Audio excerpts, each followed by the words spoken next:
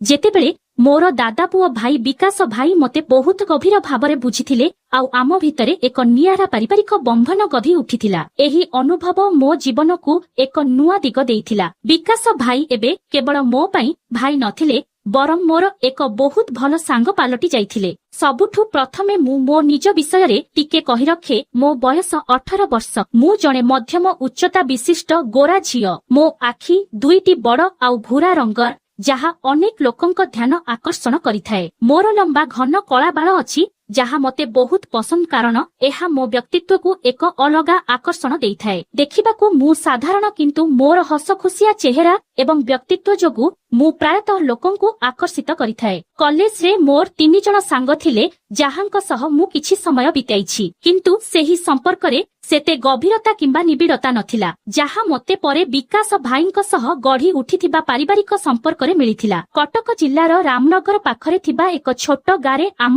ପରିବାରର ଏକ ବଡ଼ କୋଠାଘର ଅଛି, ଯାହା ପୁରୁଣା ଜମାନାର ରାଜକୀୟ କାରୁକାର୍ଯ୍ୟର ଏକ ଚମତ୍କାର ନମୁନା ଅଟେ। ଏହି ହାବେଲି କେବଳ ଆମ ଘର ନୁହେଁ ବରଂ ଆମ ପରିବାରର ସ୍ମୃତିର ଭଣ୍ଡାର। ଚଳିତ ବର୍ଷ ଏପ୍ରିଲ ମାସର ପ୍ରବଳ ଗରମରେ ଏହି ହାବେଲିରେ ମୋର ଜଣେ ଖୁଡି ଝିଅ ଭଉଣୀର ବାହାଘରର ବଡ଼ ଆୟୋଜନ ହୋଇଥିଲା। ପରିବାରର ସମସ୍ତ ସଦସ୍ୟ ଏକାଠି ହୋଇଥିଲେ ଯାହା ଫଳରେ ପରିବେଶ ବହୁତ ଉତ୍ସାହଜନକ ଥିଲା। ବାହାଘର ପ୍ରସ୍ତୁତି 10 ଦିନ ପୂର୍ବରୁ ଆରମ୍ଭ ହୋଇଯାଇଥିଲା ଏବଂ ହାବେଲି ଲୋକମାନଙ୍କ ଚଳପ୍ରଚଳରେ ଗୁଲଜାର ହୋଇ ଉଠିଥିଲା। ଆମର ଦୂର ଓ ପାଖର ସବୁ ସମ୍ପର୍କୀୟ ଏହି ଆୟୋଜନରେ ସାମିଲ ହୋଇଥିଲେ। ଏମିତି ବଡ଼ ପାରିବାରିକ ମିଳନ ପ୍ରତିବର୍ଷ ହୁଏ ନାହିଁ, ତେଣୁ ସମସ୍ତେ ବହୁତ ଖୁସି ଥିଲେ। ବଡ଼ ବୟସ୍କଙ୍କ ଠାରୁ ଆରମ୍ଭ କରି ପିଲାମାନଙ୍କ ପର୍ଯ୍ୟନ୍ତ ସମସ୍ତେ ନିଜ ନିଜ ଉପାୟରେ ସାହାଯ୍ୟ କରୁଥିଲେ। କିଛି ଲୋକ ରୋଷେଇରେ ବ୍ୟସ୍ତ ଥିଲେ, କିଛି ବାହାଘର କାମରେ ତ ଆଉ କିଛି ସାଜସଜ୍ଜାରେ ଲାଗିଥିଲେ। ଏହି ଭିଡ଼ ଭିତରେ ଆମେ 10ରୁ 12 ଜଣ ଭାଇ ଭଉଣୀ ଏକାଠି ଜମା ହୋଇଥିଲୁ। ସମସ୍ତଙ୍କର ସ୍ୱଭାବ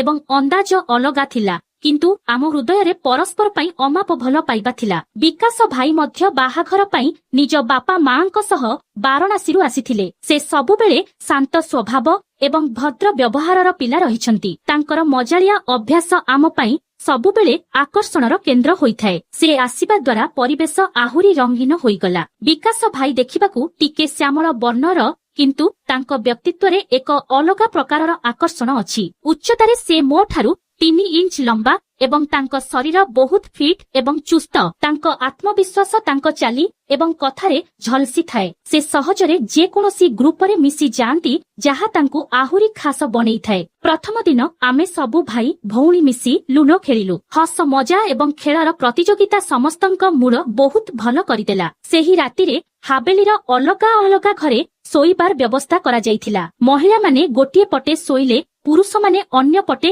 ଏବଂ ଆମେ ଯୁବକ ଯୁବତୀ ଭାଇ ଭଉଣୀମାନେ ଛାତ ଉପରେ ବର୍ଷପ ପକାଇ ଶୋଇବାକୁ ନିଷ୍ପତ୍ତି ନେଲୁ। ଛାତ ଉପରେ ଥଣ୍ଡା ପବନ, ଜହ୍ନ ଆଲୁଅ ଏବଂ ତାରା ଭରା ଆକାଶ ପରିବେଶକୁ ବହୁତ ସୁନ୍ଦର କରିଦେଇଥିଲା। ଛାତ ଉପରେ 2ଟି ବଡ଼ କୁଲର ଲଗାଯାଇଥିଲା ଯାହା ଥଣ୍ଡା ପବନ ଦେଉଥିଲା। ଆମେ ଗପସପ କରୁଥିଲୁ, ପରସ୍ପର ଉପରେ ମଜାଳିଆ କମେଣ୍ଟ ଦେଉଥିଲୁ ଏବଂ ହସୁଥିଲୁ। ସାନ ଭାଇ ଭଉଣୀମାନେ ଶୀଘ୍ର ଶୋଇଗଲେ, କିନ୍ତୁ ଆମେ ବଡ଼ ଭାଇ ଭଉଣୀମାନେ ରାତି ଅନିଦ୍ରା ହେବାର ପ୍ଲାନ ବନାଇଲୁ। ଗପସପରେ ଏବେ କେବଳ ମୁଁ, ବିକାଶ ଭାଇନା, ମୋ ବଡ଼ ଦିଦି ଏବଂ ମୋର ଆଉ ଜଣେ ଦାଦା ପୁଅ ଭାଇ ଶିବା ରହିଯାଇଥିଲୁ।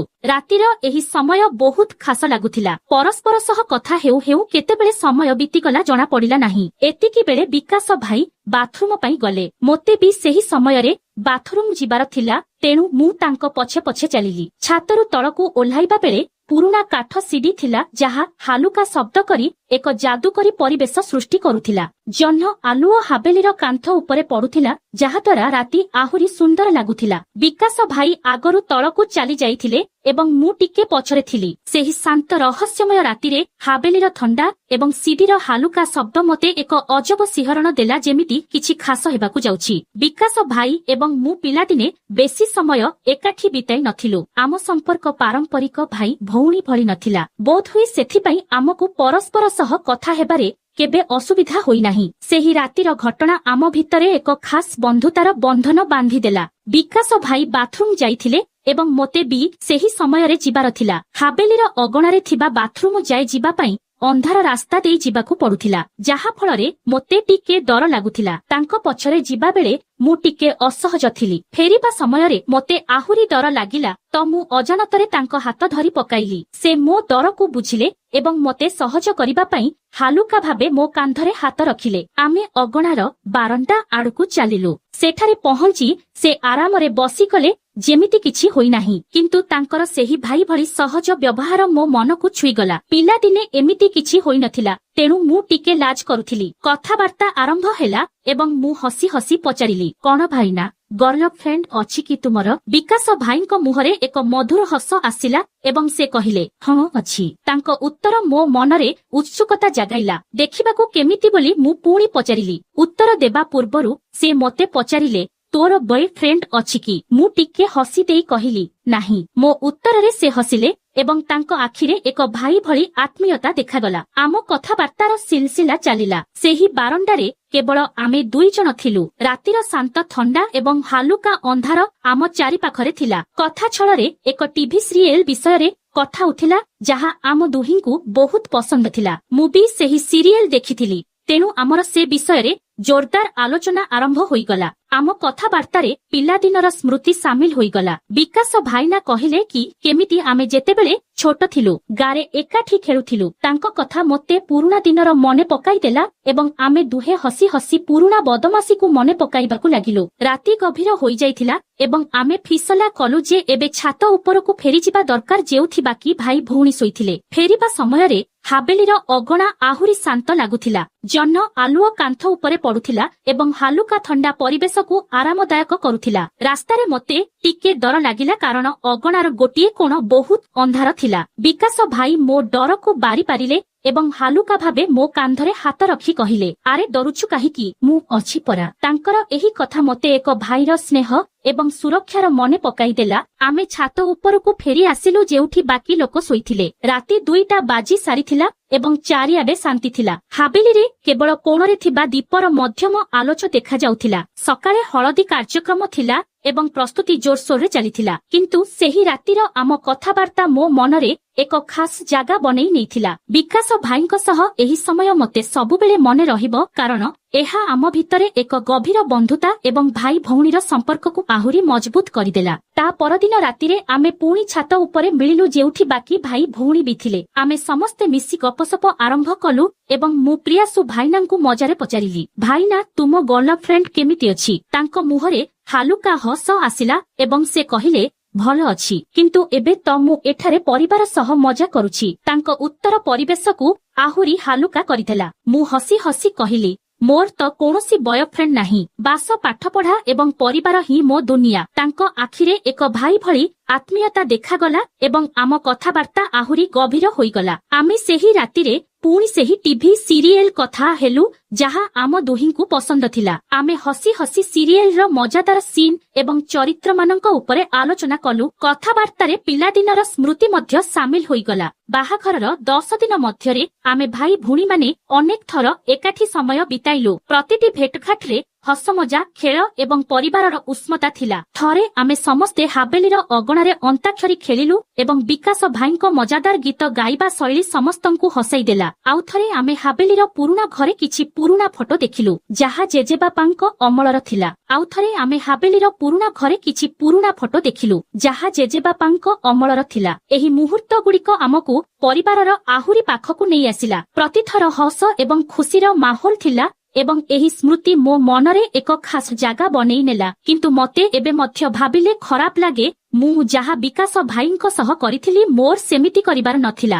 ବାହାଘର ପାଇଁ ଆମେ ଚନ୍ଦନୱାଡି ଆସିଥିଲୁ, କିନ୍ତୁ ବାହାଘର ପରେ ଆମେ ସମସ୍ତେ ନିଜ ନିଜ ଘରକୁ ଫେରିଗଲୁ। ବିକାଶ ଭାଇ ବାରାଣସୀରେ ହିଁ ରହୁଥିଲେ, କିନ୍ତୁ ତାଙ୍କ ଘର ଆମ ଘରଠୁ ଟିକେ ଦୂର ଥିଲା। ତଥାପି ଆମେ କଥା ଦେଲୁ ଯେ ଆମେ ଭାଇ ଭଉଣୀ ଏବେ ଆହୁରି ଅଧିକ ଦେଖା ସାକ୍ଷାତ କରିବୁ। ବାହାଘର ପରେ ଆମେ ହ୍ୱାଟ୍ସଆପରେ ମେସେଜ କରିବାକୁ ଲାଗିଲୁ। ମୁଁ ବିକମ ର ଫାଇନାଲ ଇୟରରେ ଥିଲି ଏବଂ ପାଠପଢା ଉପରେ ଧ୍ୟାନ ଦେବା ଜରୁରୀ ଥିଲା। କିନ୍ତୁ ପରିବାର ଏବଂ ସାଙ୍ଗମାନଙ୍କ ସହ ସମୟ ବିତାଇବା ମଧ୍ୟ ମୋତେ ଭଲ ଲାଗୁଥିଲା। ବିକାଶ ଭାଇ ବାଲେଶ୍ୱରରେ ଚାକିରି କରୁଥିଲେ, କିନ୍ତୁ ସେ ଅନେକ ସମୟରେ ପରିବାରକୁ ଭେଟିବାକୁ ବାରାଣାସୀ ଆସୁଥିଲେ। ଥରେ ବିକାଶ ଭାଇନା ମୋତେ ଫୋନ କଲେ ଏବଂ କହିଲେ କି ସେ ବାରାଣାସୀ ଆସୁଛନ୍ତି ଏବଂ ଆମେ ସବୁ ଭାଇ ଭଉଣୀ ମିଶି କୁଆଡେ ବୁଲିବାକୁ ଯିବା। ଆମେ ମାର୍କେଟରେ ଭେଟିବାର ପ୍ଲାନ୍ ବନାଇଲୁ। ସେଦିନ ବର୍ଷା ହେଉଥିଲା ଏବଂ ଥଣ୍ଡା ପବନର ମାହୋଲ ବହୁତ ସୁନ୍ଦର ଥିଲା। ଆମେ ଏକ କ୍ୟାଫେରେ ସମୟ ବିତାଇଲୁ, ଯେଉଁଠି ଆମେ କଫି ପିଇଲୁ ଏବଂ ଢେର ସାରା କଥା ହେଲୁ। ବିକାଶ ଭାଇ ମୋତେ ଏକ ଛୋଟ ସ୍କାର୍ଫ ଉପହାର ଦେଲେ ଏବଂ କହିଲେ, ଏହା ତୋତେ ବହୁତ ମାନିବ। ମୁଁ ହସି ହସି ତାଙ୍କୁ ଧନ୍ୟବାଦ ଜଣାଇଲି। ସେଦିନ ମୋ ବାପା ମା ଗାଁକୁ ଯାଇଥିଲେ ଏବଂ ମୋ ସାନ ଭଉଣୀ ଗୋରଖପୁରରେ ଥିଲା। ଘରେ ମୁଁ ଏକା ଥିଲି, ତ ମୁଁ ଯୋଗେଶ ଭାଇ ଏବଂ କିଛି ଅନ୍ୟ କଜିନ୍ସଙ୍କୁ ଘରକୁ ଡାକିଲି। ଆମେ ମିଶି ମୁଭି ଦେଖିବାର ପ୍ଲାନ୍ କଲୁ। ମୁଁ 2 ଦିନ ପୂର୍ବରୁ ଭାଇନା ଗିଫ୍ଟ କରିଥିବା ସ୍ଲିଭଲେସ୍ ଟପ ଏବଂ ଜିନ୍ସ ପିନ୍ଧିଲି, କାରଣ ମୋତେ ଜଣାଥିଲା ଯେ ତାଙ୍କୁ ମୋର ଏହି ଲୁକ୍ ପସନ୍ଦ ଆସିବ। ଯେତେବେଳେ ସେମାନେ ଆସିଲେ, ଆମେ ସମସ୍ତେ ମିଶି ପପକର୍ଣ୍ଣ ବନାଇଲୁ ଏବଂ ଏକ କମେଡି ମୁଭି ଦେଖିଲୁ। ହସମଜା ଏବଂ ମସ୍ତିର ସେହି ମୁହୂର୍ତ୍ତ ଆମ ଭାଇ ଭଉଣୀର ସମ୍ପର୍କକୁ ଆହୁରି ଖାସ ବନେଇଦେଲା। ସେ ନିଜର ପସନ୍ଦର ଲାଲ ରଙ୍ଗର ଟି ସାର୍ଟ ଏବଂ ଜିନ୍ସ ପିନ୍ଧି ମୋ ଘରକୁ ଆସିଥିଲେ। ବର୍ଷାରେ ହାଲୁକା ଭିଜି ଯାଇଥିଲେ ଏବଂ ତାଙ୍କ ହସ ପରିବେଶକୁ ସାଙ୍ଗେ ସାଙ୍ଗେ ଖୁସିରେ ଭରିଦେଲା। ବାହାରେ ବର୍ଷାର ଶବ୍ଦ ଏବଂ ଘରର ଶାନ୍ତିର ମିଶ୍ରଣ ବହୁତ ଆରାମଦାୟକ ଥିଲା। ବିକାଶ ଭାଇନା ନିଜ ବ୍ୟାଗରୁ 5 ପ୍ରକାର ଟପିଂସ୍ ଥିବା ପିଜା, ଏକ ଫ୍ୟାମିଲି ପ୍ୟାକ୍ ଆଇସ୍କ୍ରିମ ଏବଂ ଚକୋଲେଟ ବାହାର କଲେ। ମୁଁ ହସି ହସି କହିଲି, ଭାଇନା ଏତ ପୁରା ପିକନିକ ନେଇ ଆସିଛ।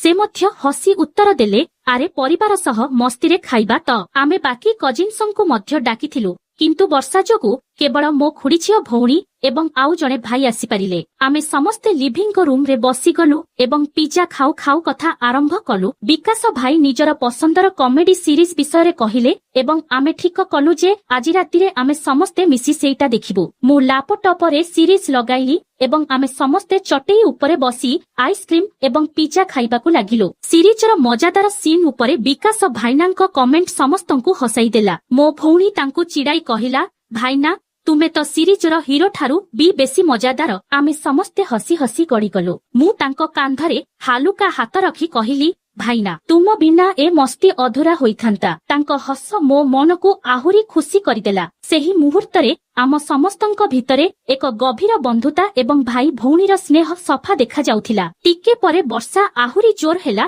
ଏବଂ ଆମେ ଝରକା ପାଖରେ ଠିଆ ହୋଇ ବର୍ଷାର ମଜା ନେଲୁ। ବିକାଶ ଭାଇନା ପୁରୁଣା କଥା ଉଠାଇଲେ, ଯେମିତି ଆମେ ପିଲାଦିନେ ବର୍ଷାରେ ଭିଜି ଖେଳୁଥିଲୁ। ଆମେ ହସି ହସି ସ୍ଥିର କଲୁ ଯେ ଆଗାମୀ ବର୍ଷାରେ ଆମେ ସମସ୍ତେ ମିଶି ପୁଣି ଥରେ ମସ୍ତି କରିବୁ। ସେ ରାତିର ପରିବେଶ ଏତେ ସୁନ୍ଦର ଥିଲା ଯେ ଆମେ ସମସ୍ତେ ସମୟ ଭୁଲିଗଲୁ। କିଛି ମାସ ପରେ ମୁଁ ବି ଚାକିରି ପାଇଁ ବାଲେଶ୍ୱର ଚାଲିଗଲି। ସେଠାରେ ବିକାଶ ଭାଇନା ଏବଂ ମୁଁ ପ୍ରାୟତଃ ସପ୍ତାହ ଶେଷରେ ଭେଟୁଥିଲୁ। ଆମେ ନିଜର ବାକି କଜିନ୍ସ ଏବଂ ସାଙ୍ଗମାନଙ୍କ ସହ କ୍ୟାଫେ ଯାଉଥିଲୁ, ମୁଭି ଦେଖୁଥିଲୁ କିମ୍ବା ପାର୍କରେ ବୁଲୁଥିଲୁ। ଥରେ ବିକାଶ ଭାଇ ନିଜ ସାଙ୍ଗମାନଙ୍କ ସହ ଏକ ଛୋଟ ପାର୍ଟି ରଖିଥିଲେ ଏବଂ ମୋତେ ବି ଡାକିଥିଲେ। ତାଙ୍କ ଫ୍ଲାଟ୍ ଦେଖି ମୁଁ ଆଶ୍ଚର୍ଯ୍ୟ ହୋଇଗଲି। ସେ ଏହାକୁ ଫୁଲ ଏବଂ ରଙ୍ଗବେରଙ୍ଗର ଲାଇଟରେ ସଜାଇଥିଲେ। ମଧୁର ସଙ୍ଗୀତ ଏବଂ ସାଙ୍ଗମାନଙ୍କ ହସ ପରିବେଶକୁ ବହୁତ ଖୁସିମୟ କରିଦେଇଥିଲା। ସେଦିନ ଆମେ ବହୁତ ମସ୍ତି କଲୁ। ବିକାଶ ଭାଇ ନିଜ ସାଙ୍ଗମାନଙ୍କ ସହ ମିଶି ମଜାଦାର କାହାଣୀ ଶୁଣାଇଲେ ଏବଂ ଆମେ ସମସ୍ତେ ହସି ହସି ଥକିଗଲୁ। ମୁଁ ତାଙ୍କ ପସନ୍ଦର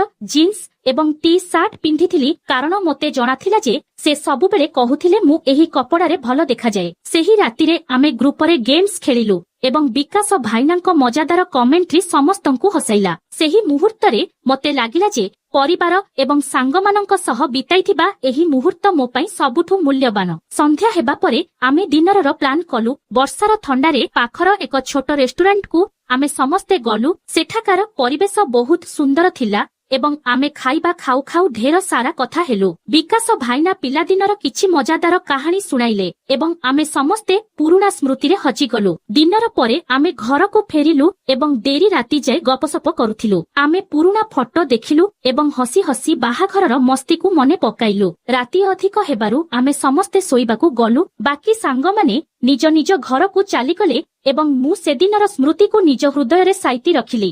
ସମୟ ବିତି ଚାଲିଲା ଏବଂ ଆମେ ସମସ୍ତେ ନିଜ ନିଜ ଜୀବନରେ ବ୍ୟସ୍ତ ହୋଇଗଲୁ। ମୁଁ ବିକମ୍ ପୁରା କରିବା ପରେ ଭୁବନେଶ୍ୱର ଚାକିରି କରିବାକୁ ଚାଲିଗଲି ଏବଂ ବିକାଶ ଭାଇନା ବି ନିଜ ଚାକିରିରେ ବ୍ୟସ୍ତ ଥିଲେ। ଆମ ଯୋଗାଯୋଗ ରହିଥିଲା ଏବଂ ଆମେ ପ୍ରାୟତଃ ହ୍ୱାଟ୍ସଆପରେ କଥା ହେଉଥିଲୁ। କିମ୍ବା କଜିନ୍ସଙ୍କ ସହ ମିଶି ଛୋଟ ମୋଟ ପାର୍ଟି କରୁଥିଲୁ। କିନ୍ତୁ ଯେମିତି ଯେମିତି ସମୟ ବିତିଲା ଆମେ ନିଜର ଦାୟିତ୍ୱକୁ ବୁଝିଲୁ। ଆମ ପରିବାର ଆମ ପାଇଁ ସମ୍ପର୍କ ଠିକ କଲେ ଏବଂ ଆମର ବାହାଘର ହୋଇଗଲା। ବାହାଘର ପରେ ଆମେ ନିଜ ନିଜ ନୂଆ ଜୀବନରେ ଖୁସି ଖୋଜିଲୁ। ଆମ ଜୀବନ ସାଥୀ ଭଲ ପାଉଥିବା ମଣିଷ ଥିଲେ ଏବଂ ଆମେ ନିଜ ନିଜ ପରିବାର ସହ ନୂଆ ସଂସାର ଗଢିଲୁ। ବିକାଶ ଭାଇନା ଏବଂ ମୁଁ କେବେ ପରସ୍ପର ପ୍ରତି କୌଣସି ଖରାପ ଭାବନା ରଖିନଥିଲୁ। କିନ୍ତୁ ଆମ ଦେଖା ସାକ୍ଷାତ କମିଗଲା। ଆମ ପିଲାଦିନର ସ୍ମୃତି ଏବଂ ବାହାଘରର ସେହି ହସମଜା ଭରା ମୁହୂର୍ତ୍ତ ଆମ ହୃଦୟରେ ସବୁବେଳେ ଏକ ମିଠା ସ୍ମୃତି ହୋଇ ରହିଲା। ସେହି ମୁହୂର୍ତ୍ତ ଗୁଡ଼ିକ ଆମକୁ ଶିଖାଇଲା ଯେ ପରିବାର ଏବଂ ବନ୍ଧୁତାର ଶକ୍ତି ହିଁ ଜୀବନର ଅସଲ ଆଧାର ଅଟେ। ଆଜି ମୁଁ ମୋ ଜୀବନରେ ଖୁସି ଅଛି ଏବଂ ମୋର ବିଶ୍ୱାସ ଯେ ବିକାଶ ଭାଇନା ମଧ୍ୟ ନିଜ ଜୀବନରେ ସନ୍ତୁଷ୍ଟ ଅଛନ୍ତି। ଆମ କାହାଣୀ ଏକ ଏମିତି ସ୍ମୃତି ଯାହା ଆମକୁ ପରିବାରର ସ୍ନେହ ଏବଂ ଏକତାର ମହତ୍ତ୍ୱ ଶିଖାଇଥାଏ। ଏମିତି ହିଁ ହୃଦୟସ୍ପର୍ଶୀ କାହାଣୀ ଶୁଣିବା ପାଇଁ ଆମ ଚ୍ୟାନେଲକୁ ସବସ୍କ୍ରାଇବ କରନ୍ତୁ। ଭିଡିଓକୁ ଲାଇକ୍ ଏବଂ ସେୟାର କରନ୍ତୁ। କମେଣ୍ଟ କରି ନିଶ୍ଚୟ ଜଣାନ୍ତୁ। ଧନ୍ୟବାଦ।